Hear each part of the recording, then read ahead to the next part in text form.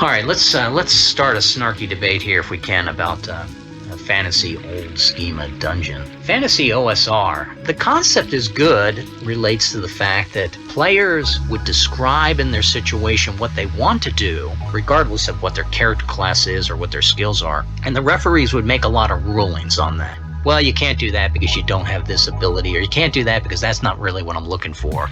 But majority of the time, it's great improv because it's not no, it's yes.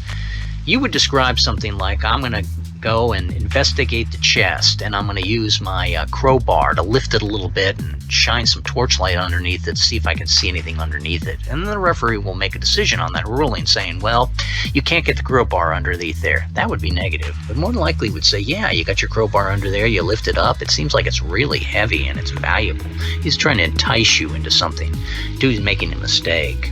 Is there anything of that in this game? Well, in a way, but you need a referee to really do that well. And some of us just don't have a referee. And worse, some of us don't have referees that know how to play OSR.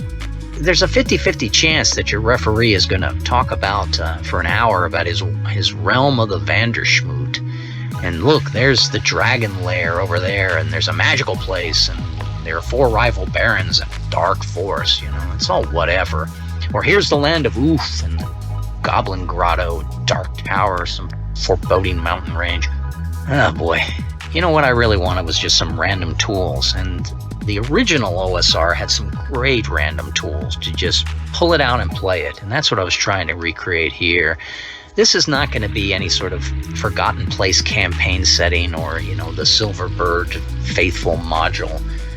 This is going to be a unique experience every time you play it.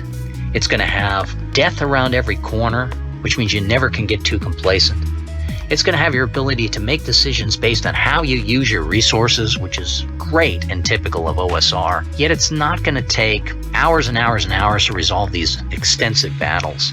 Part of the problem with OSR is both a power creep, in that by the time you get to something like level 8, you have so much gear and you have so many abilities that in order to really offer a challenge, the referee has to create these godlike encounters, and then to resolve them in typical D20 fashion, it can take, 4, 5, 8 hours?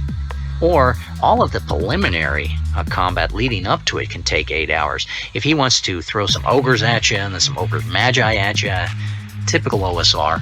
Again, it could take so long to resolve all that, when really what you want to find out is get to the crux of the matter, and then we can move past it and you can generate more events toward your character building, or that one forgotten aspect from the original Dungeons & Dragons that we all love. How can I build my castle in a practical way? And how would it make sense? Well, that's all here in Fantasy Old Schema Romp. We're trying to create the essence of pick up and play role play with enough that happens and enough strategy going on so it's going to be tactical and challenging every time.